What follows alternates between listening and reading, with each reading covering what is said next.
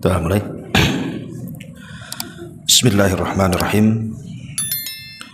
Assalamualaikum warahmatullahi wabarakatuh. Alhamdulillah wassalatu wassalamu ala Rasulillah wa ala alihi wa sahbihi wa mawalah wa la hawla wa la quwwata illa billahi wa ba'du. Alhamdulillah, segala puja dan puji hanya milik Allah subhanahu wa ta'ala.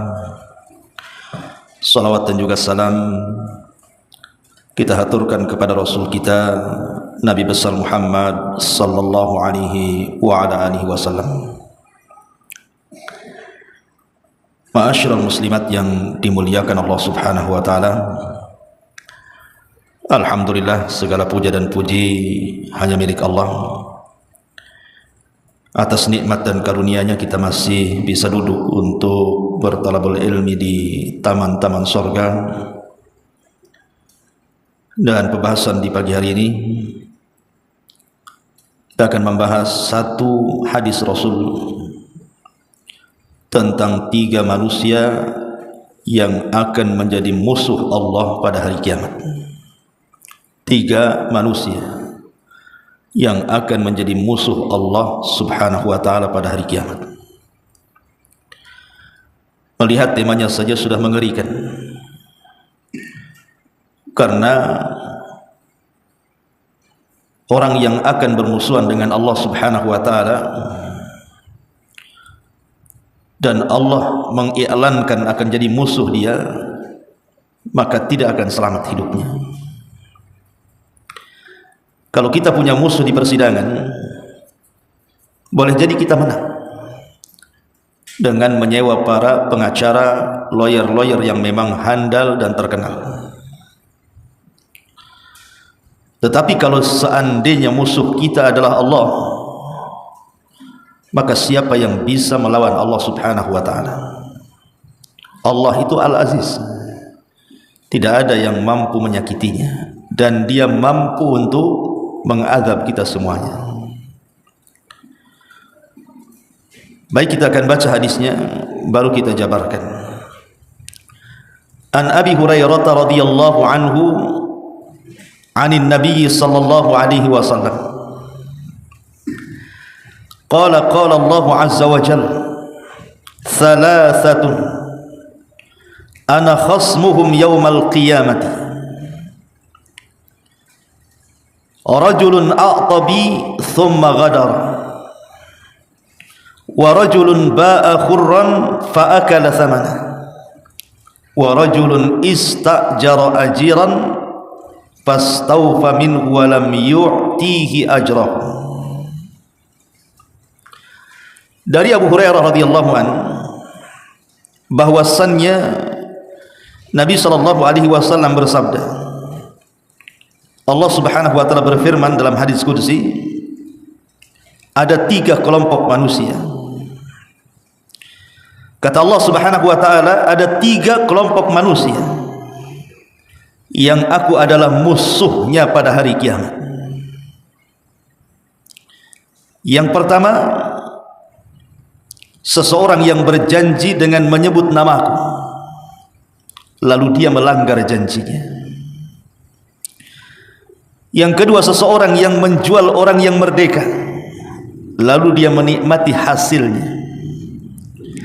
Kemudian yang ketiga, seseorang yang mempekerjakan orang lain setelah orang tersebut bekerja dengan baik tetapi tidak pernah dibayarkan upahnya. Hadis ini dikeluarkan oleh Imam Al-Bukhari pada nomor urutan hadis 2150. Ma'asyiral muslimin muslimat yang dimuliakan Allah subhanahu wa ta'ala, sebenarnya hadis ini bukan menunjukkan pembatasan bahwa musuh Allah pada hari kiamat itu bukan hanya 3 orang ini saja. Hadis ini bukan pembatasan bahwa musuh Allah pada hari kiamat bukan hanya sekedar kepada 3 kelompok ini saja. Karena semua orang-orang yang berlaku zalim, siapapun dia, apapun kezalimannya, besar kecil kezalimannya, tetap dia menjadi musuh Allah pada hari kiamat. Tetapi 3 orang ini disebutkan dalam satu redaksi hadis. Maknanya 3 orang ini adalah orang yang paling menjadi musuh Allah pada hari kiamat. Dan ini harus menjadi catatan bagi kita. Karena pada hari kiamat itu, jangan lagi pada hari kiamat, di dunia saja kita sangat berhajat dengan Allah. Apalagi nanti pada hari kiamat, maka setiap manusia sangat berhajat dengan Allah Subhanahu wa ta'ala untuk menentukan keselamatan mereka.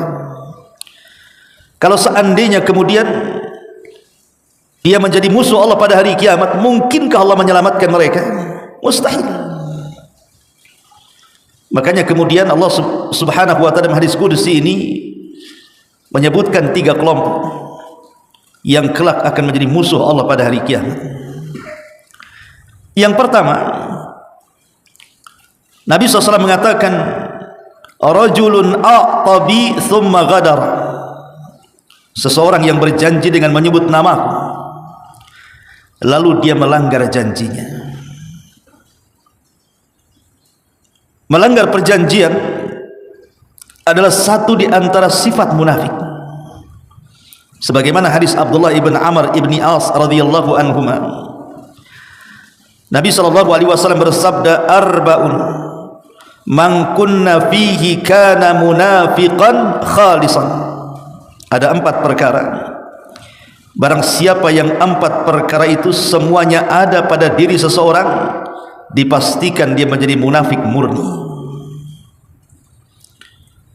Kemudian Nabi SAW menyebutkan, idza tumina khan, wa idza haddatsa kadzab, wa idza ahada ghadar, wa idza khasama fajar.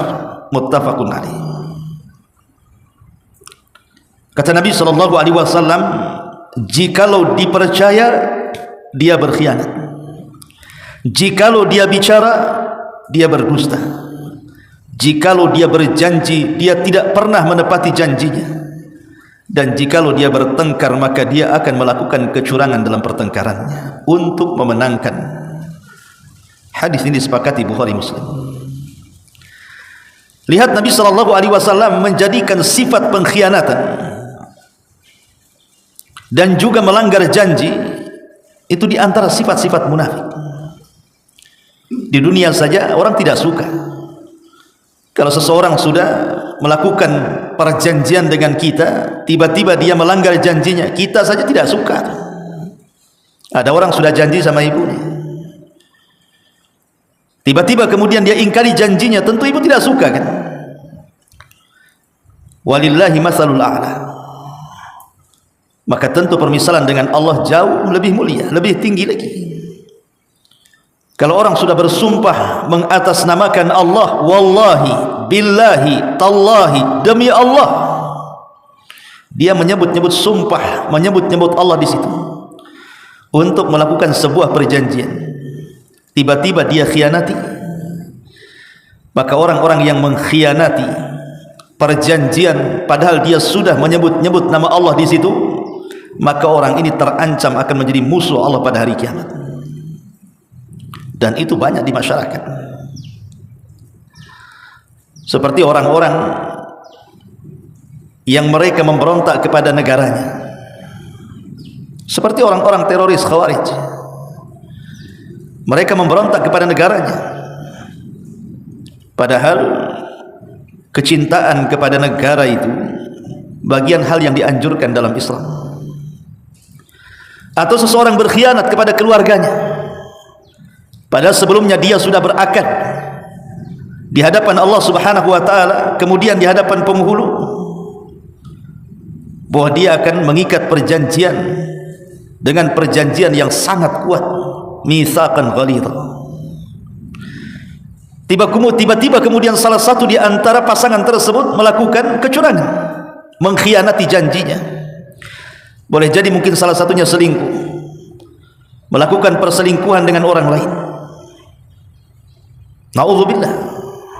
Seperti baru-baru ini akan ada orang viral tuh, habis akad kabur pula itu istrinya. Kan ada bu, lagi viral di jagat maya nih. Habis akad belum pun malam dinikmati, hilang istrinya, Bu. Nasib baik tak kabur ke Tanjung Riau pula istrinya. Tiba-tiba kemudian wanita ini dihabarkan menurut medsos, rupanya ke tempat pacarnya. Ini kan berkhianat. Dalam Islam itu akan menjadi musuh Allah pada hari kiamat. Na'udzubillah. Atau mungkin ibu yang diserahi oleh suami harta dan anak-anak, sementara suami mungkin di antara suami-suami ibu atau suami-suami yang lainnya bekerja jauh, mungkin merantau, ada yang sebulan, ada yang 2 bulan, terkadang ada yang sampai 1 tahun, gitu kan. Otomatis kan yang merawat rumah, harta suami, anak-anak kan istri di rumah. Maka jaga amanah itu.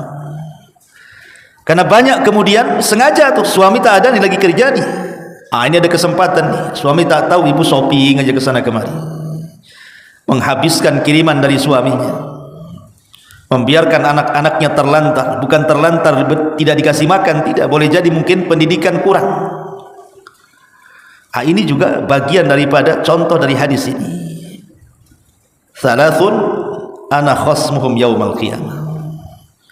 3 orang boleh jadi Allah akan menjadi musuh 3 orang ini pada hari kiamat. Salah satunya seseorang berjanji dengan menyebut namaku, lalu dia pun melanggar perjanjiannya.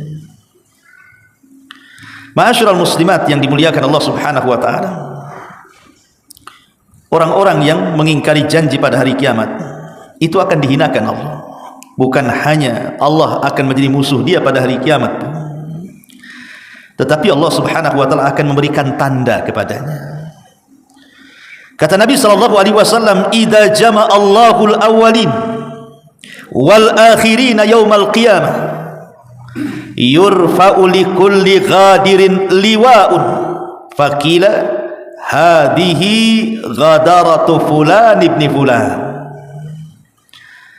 Apabila Allah mengumpulkan orang-orang yang terdahulu dan orang-orang yang akhir kelak pada hari kiamat, maka akan dikibarkan bendera bagi setiap para pengkhianat. Lalu dikatakan, ini adalah bendera fulan ibnu fulan. Di dunia biasanya orang yang berkhianat itu sembunyi-sembunyi, Bu. Seorang suami selingkuh sembunyi, istri selingkuh sembunyi. Ibu menghabiskan uang suami, suami kerja berbulan-bulan, bertahun-tahun, kan sembunyi-sembunyi itu. Jangan sampai ketahuan suaminya, kalau tidak nggak dikirim lagi itu. Orang yang mengkhianati negaranya, orang yang mengkhianati keluarganya, itu kan sembunyi-sembunyi di dunia. Maka al-jaza min jinsil amal. Balasan itu disesuaikan dengan amalannya. Ketika para pengkhianat itu menyembunyikan pengkhianatannya di bumi, di dunia, maka Allah akan tampakkan pada hari kiamat itu, dan Allah akan permalukan dia di hadapan manusia, dan Allah akan katakan hadhihi ghadaratu fulan ibn fulan. Akan dipasangkan bendera, sehingga orang akan memandang dia. Satu padang mahsyar tahu dia pengkhianat. Di dunia saja orang yang berkhianat ketahuan itu kan malunya luar biasa. Bagaimana kalau Allah permalukan di hadapan manusia? Di mana akan diletakkan rasa malu itu? Ma'asyiral muslimat yang dimuliakan Allah Subhanahu wa taala. Karena orang yang mengingkari janji, mengkhianati perjanjian itu bagian daripada tidak menjaga amanah. Dan dalam hadis yang panjang sekali Rasul mengatakan, innahu la dina liman la amanata lahu wala salatan wala zakatan lahu. Kata Nabi sallallahu alaihi wasallam, tidak ada agama bagi yang tidak ada amanah baginya. Hilang agamanya, hilang imannya ketika orang sudah melepaskan amanahnya. Dan orang-orang yang tidak menjaga amanah pada akhir-akhir zaman ini memang luar biasa. Persis seperti yang disabdakan Nabi sallallahu alaihi wasallam, di antara tanda-tanda dekatnya kiamat adalah dicabutnya amanah. Di mana orang-orang itu berani berjanji dengan menyebut nama Allah, tiba-tiba dia melanggar janjinya. Na'udzubillah, tsumma na'udzubillah. Ini yang pertama.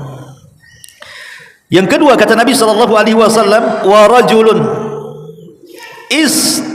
rajulun ba'a hurran fa akala thamanahu. Seseorang yang menjual orang merdeka lalu dia menikmati hasil penjualannya. Ma'asyiral muslimat yang dimuliakan Allah azza wa jalla, kita melihat sejarah sejenak. Di zaman jahiliyah kita tahu bahwa yang namanya perbudakan itu adalah komoditi bisnis. Jadi bisnis yang paling menghasilkan dan menguntungkan di zaman jahiliyah itu adalah jual beli budak. Sampai ada pasarnya, namanya pasar ukat. Di situ budak diperjualbelikan tuh di situ. Kemudian Islam datang. Islam datang kemudian hendak menghapus perbudakan sedikit demi sedikit. Dengan cara apa? Nabi SAW mendorong para sahabatnya agar mereka memerdekakan budak-budak itu dan pahalanya besar. Bahkan setiap kafarah yang diperintahkan Nabi SAW dalam sebuah pelanggaran, terkadang salah satunya adalah memerdekakan budak. Seperti kafarah zihar, kafarah orang yang berhubungan intim di siang hari Ramadan. Itu bayar kafarahnya dengan cara apa? Yang pertama memerdekakan budak dulu tuh. Kalau tidak sanggup berpuasa, kalau tidak sanggup masih makan kan itu. Menunjukkan bahwa Islam itu sedikit demi sedikit menghapuskan perbudakan. Karena memang perbudakan itu menyelisih fitrah manusia. Dan Islam itu, kenapa dalam Islam adanya perbudakan itu sebabnya kekufuran. Jadi perbudakan dalam Islam itu disebabkan karena kekufuran dia kepada Allah Subhanahu wa taala. Tetapi bagaimanapun Islam memerangi perbudakan dan berusaha mengentaskan tidak ada perbudakan. Makanya di zaman jahiliyah itu, karena memang budak itu komoditi bisnis dan hasilnya sangat menguntungkan jual beli budak itu, terkadang di antara mereka ada yang mencuri orang merdeka. Dicurinya orang merdeka, kemudian dijual, dianggap budak padahal dia merdeka tuh. Contoh sejarah Salman Al-Farisi radhiyallahu anhu. Salman ini bukan budak, orang merdeka, berpindah dari satu negeri ke negeri berikutnya, dari agama dan keyakinan ke agama dan keyakinan berikutnya, berakhir memeluk Islam. Tapi lihat perjalanan hidupnya. Ketika dia mendengar bahwa akan ada Nabi di sebuah tempat yang banyak pokok kurmanya, maka dia pun mencari kafilah yang bisa mengantarkan dia dari Irak menuju Madinah. Rupanya oleh para kafilah ini dijual pula Salman ini kepada seorang Yahudi, padahal dia orang merdeka tuh, dijual ya.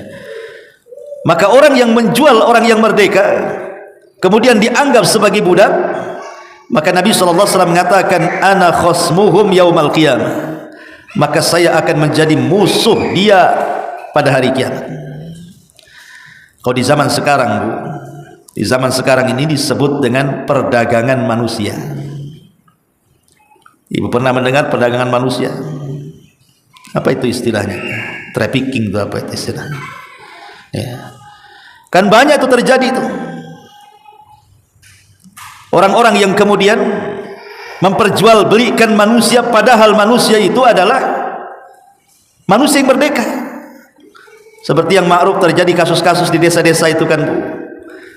Ada gadis-gadis desa ditawari untuk bekerja ke luar negeri, dijanjikan dengan gaji yang sangat besar, kerjanya di restoran dan warung makan.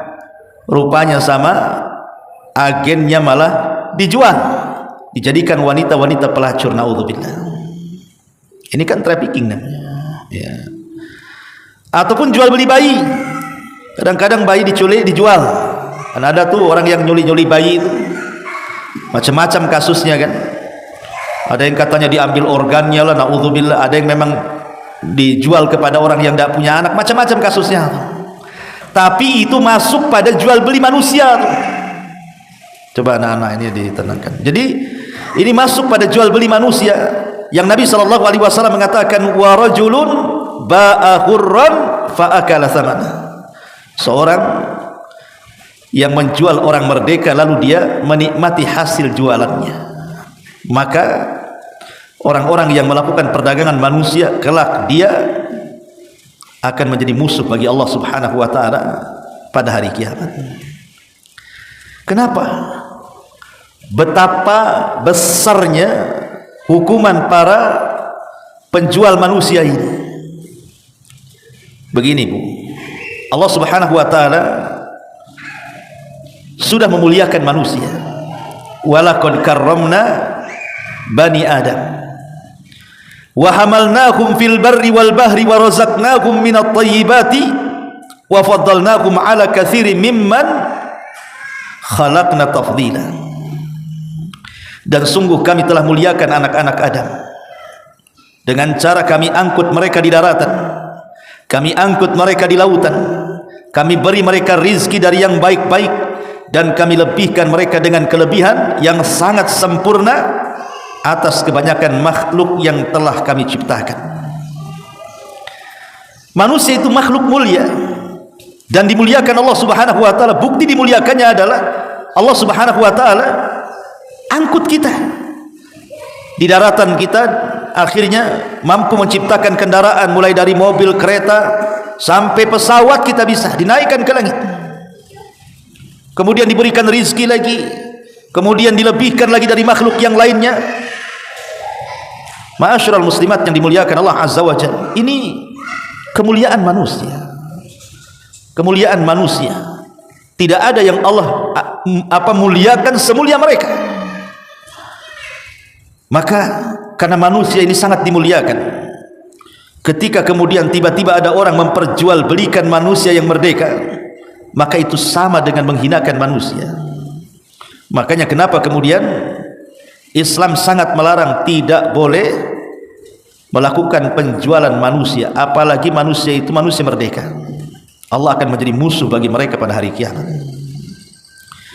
Ma'asyiral muslimat yang dimuliakan Allah Azza wa Jalla. Dan yang terakhir, wa rajulun istajara ajiran fastawfa minhu wa lam yu'tihi ajrahu. Seseorang yang mempekerjakan orang lain, setelah orang tersebut bekerja dengan baik, kemudian tidak dibayarkan upahnya kepada dia, maka zalim. Padahal Rasul mengatakan u'tul ajira ajrahu qabla an yajiffa araquhu, kata Rasul. Berikanlah kepada pekerja itu upahnya sebelum kering keringatnya. Begitulah Islam. Islam itu sangat mengatur hak-hak manusia dan sangat membenci kezaliman. Karena betapa banyak para pekerja di perusahaan-perusahaan, di PT-PT, atau para pembantu di rumah-rumah, atau para pekerja di ladang-ladang, di bangunan-bangunan, atau mungkin dia seorang guru di madrasah-madrasah, seorang pekerja di yayasan-yayasan, dan begitu seterusnya. Banyak yang sampai kepada kita kasus tentang urusan gaji yang tidak sesuai dengan pekerjaan. Dan itu banyak gitu ya. Bahkan kita tahu bahwa ketika seseorang tidak menggaji, tidak sesuai dengan upahnya, dalam undang-undang negara saja itu masuk dalam kejahatan. Kejahatan. Umpamanya UMK Batam ini anggaplah 4.500.000 lah, kurang lebih gitu ya. Kemudian tiba-tiba sudah disepakati oleh para perusahaan itu, disepakati menggaji karyawan, gaji UMK-nya 4.500.000 contoh umpamanya. Tiba-tiba setelah menerima karyawan dipekerjakan, pas gajian tiba-tiba gajinya di bawah UMK. Ada pemotongan di situ. Maka ini juga sama, karena al-muslim ala syurutihim. Seorang muslim itu kan tegak di atas syarat-syarat. Kalau sudah pemerintah membuat sebuah persyaratan kepada perusahaan, oke, gaji UMK 4.500.000, dan mereka tanda tangan sepakat, kemudian menerima pekerjaan dan disesuaikan dengan jam dan gaji pekerjaannya. Kalau dia sampai kemudian pekerja ini sudah bekerja sesuai dengan perjanjian dari jam sekian ke jam sekian dan apa yang harus dikerjakan, tiba-tiba kemudian perusahaan melakukan pemotongan gaji, zalim Anda. Ini masuk pada kategori ana khasmuhum yaumal qiyamah. Kata Allah, aku akan menjadi musuh mereka pada hari kiamat. Atau kasus-kasus di lapangan yang sering saya dengar, kadang-kadang pemborong bangunan, dia ngerekrut karyawan banyak-banyak untuk menjadi anak buah di tukang bangunan. Di antara mereka ada yang curhat ke saya, Bu, ada yang 3 bulan tak digaji, 4 bulan tak digaji, setengah tahun pun ada yang tak digaji. Yang lebih parahnya pula, pemborongnya lari bawa gaji karyawannya. Maka Rasul mengatakan, Allah berfirman, ana khasmuhum yaumal qiyamah, saya akan jadi musuh mereka pada hari kiamat. Atau para pembantu ini sudah lelahlah, letihlah dia menyapu, mengepel, mencuci, memasak, mengurus anak, mengurus orang tua, tuannya, dan begitu seterusnya. Kadang-kadang kemudian dia pun bekerja di luar jamnya, yang harusnya dari jam 8 sampai jam 5 ditambah lagi sampai malam. Terkadang gajinya pokoknya saja tidak cukup, dipotong sama dia. Belum lagi gaji lemburnya tidak dianggap. Ana khasmuhum yaumal qiyamah, maka Allah akan jadi musuh mereka pada hari kiamat. Ingat, al-muslim ala syurutihim. Seorang muslim itu harus mengikuti syarat-syarat yang ditentukan. Kalau kita mencari pembantu rumah tangga, di situ disepakati dulu, kau bekerja dari jam 8 sampai jam 5, gaji tidak 3 juta, deal or no deal. Nah, begitu. Kata pembantu, deal lah. Oke, deal, besok kerja. Ketika sudah bekerja dari jam 8 sampai jam 5, ketika sudah waktu gajian bulanan, ya harus sesuai dengan kesepakatan. Ibu tidak boleh memaksa, umpamanya ini sudah jam 5, sudah selesai dia bekerja, kita minta tolong sama dia, tolonglah bantu ini, bantu itu. Akhirnya lewatlah jam itu yang harusnya jam 5 selesai, lewat pula sampai jam 7 malam. Ini harus dibayar nih, kelewatan nih. Kelewatan waktu kerja harus dibayar, karena dia berkeringat di situ. Kalau tidak, zalim. Ana khasmuhum yaumal qiyamah, saya akan menjadi musuh kalian pada hari kiamat, kata Allah Subhanahu wa taala. Jadi begitulah Islam mengatur hak-hak. Atau guru-guru di sebuah yayasan, di sebuah lembaga, kadang-kadang dizalimi yayasannya, terkadang tidak digaji itu, kadang-kadang di luar persyaratan, kecuali kalau dari awal menerima tenaga pengajar itu memang sudah disepakati, kamu yang diajarkan ini dari jam sekian ke sekian, gajinya sekian, mau tidak, kan gitu. Oh mau, lakukan. Gaji sesuai dengan perjanjian, gaji sesuai dengan pekerjaan. Kalau dia sampai kemudian mengurangi, ataupun dia menggaji tidak sesuai dengan pekerjaannya, maka Allah mengatakan, ana khasmuhum yaumal qiyamah, saya akan jadi musuh mereka pada hari kiamat.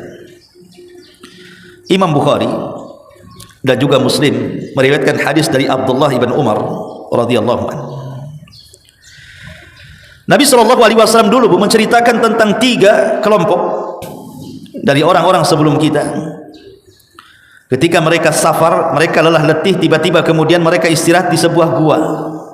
Tiba-tiba batu meluncur dari pintu gua, akhirnya jatuh menutupi pintu gua. Terperangkaplah 3 orang itu dalam gua. Didorong-dorong batu ini, tak mau juga karena besar, tidak sanggup tenaga manusia. Dan di zaman itu kan belum ada belko. Sekarang bisa lah telepon belko 07 datangkan, kan itu, atau bulldozer. Zaman dulu mana ada belko-belko di zaman sekarang. Cuman cara nyungkilnya tuh batu yang gede yang ngalangi pintu gua tuh. Ya terpaksa 3 orang ini hanya pasrah saja. Akhirnya salah seorang di antara mereka menyarankan untuk tawassul. Hanya itu yang bisa mereka lakukan, berdoa dengan tawassul. Yang ingin saya kisahkan adalah satu di antara 3 orang itu, dia bertawassul dengan cara apa? Dia mengatakan, Allahumma inni ista'jartu ujara fa'ataituhum ajrahum ghaira rajulin wahidin taraka alladhi lahu wa dhahaba. Ya Allah, dulu aku pernah menyuruh beberapa pekerja untuk bekerja kepadaku. dan aku penuhi hak-hak mereka, ku gaji mereka, kecuali satu orang. Satu orang ini pula saat hendak digaji pergi dia, maka ku simpan tu gajinya. Kemudian setelah ku simpan, aku kembangkan gajinya dengan cara aku belikan beberapa ternak dari unta, sapi dan juga kambing. Dengan berjalannya waktu, unta itu berkembang, sapi berkembang, kambing berkembang sampai penuh satu lembah dari gaji satu orang itu. Akhirnya kemudian tiba-tiba orang yang dulu itu, yang belum digaji itu datang pula. Mungkin dia ada hajat, ingat dia ada uang di orang gitu kan, mungkin dia lagi susah gitu. Datang dia minta, mana upah saya dulu katanya. Maka orang ini mengatakan, faqultu lahu kullu ma tara min ajrika. Lihat pandanganmu ke lembah itu, di situ ada unta, di situ ada sapi, di situ ada kambing. Semua binatang yang kau lihat di lembah itu upahmu katanya. Tiba-tiba dia mengatakan, ya Abdullah, la tastahzi'u bi. Hamba Allah, jangan kau hina aku ya. Gajiku tidak seberapa. Itu harga unta, harga sapi, harga kambing yang banyak di lembah itu bukan gajiku. Gajiku itu kecil, itu aja yang mau saya ambil. Tapi kemudian dia mengatakan, tuannya ini, faqultu inilah astahzi'u bik. Saya tidak mengolok-olok kamu. Benar, itu gajimu. Sengaja gajimu kukembangkan menjadi unta, sapi dan kambing. Kau lama tak datang, akhirnya dia pun berkembang di lembah itu. Ambil itu semua gajimu. Akhirnya kemudian orang ini pun mengambil kambing, unta dan sapi dari lembah itu sebagai upah dia dulu waktu bekerja sama tuannya. Maka kemudian orang ini mengatakan, Allahumma fa in kuntu fa'altu dzalika ibtigha'a wajhik. Ya Allah, kalau yang aku lakukan itu bagian daripada pahala mengharap wajahmu, fafruj 'anna ma nahnu fih. Tolong bukakan, geserkan pintu gua itu. Tolong ibalah kepada kami, tolong kami. Fan farajatis sakhra. Maka tiba-tiba batu gua itu, batu yang menutup gua itu menggelinding, kemudian membuka pintu gua. Fa kharaju yamshun. Akhirnya mereka pun bisa keluar dari gua dan melanjutkan perjalanannya. Lihat bagaimana di sini Nabi ingin menggambarkan, beginilah orang-orang, balasan orang-orang yang mereka paham bahwa mereka harus menggaji karyawannya sesuai dengan pekerjaannya. Di dunia ditolong orang-orang yang kemudian menolong orang lain dengan mengeluarkan gajinya sesuai dengan waktu dan pekerjaannya, Allah tolong. Tapi kalau berkhianat dan melakukan kezaliman, mengurang-urang gaji dari pekerjaannya, maka di sini masuk pada hadis Nabi sallallahu alaihi wasallam, "Thalathun ana khasmuhum yaumal qiyamah." 3 orang saya akan jadi musuh mereka pada hari kiamat. Salah satunya seorang yang mempekerjakan orang lain, setelah orang tersebut bekerja dengan baik, upahnya tidak dibayarkan. Wallahu a'lam bishawab. Ini keterangan singkat dari hadis yang sangat menakutkan. 3 orang yang akan menjadi musuh Allah pada hari kiamat. Baik, sampai di sini. Ada yang bertanya silakan.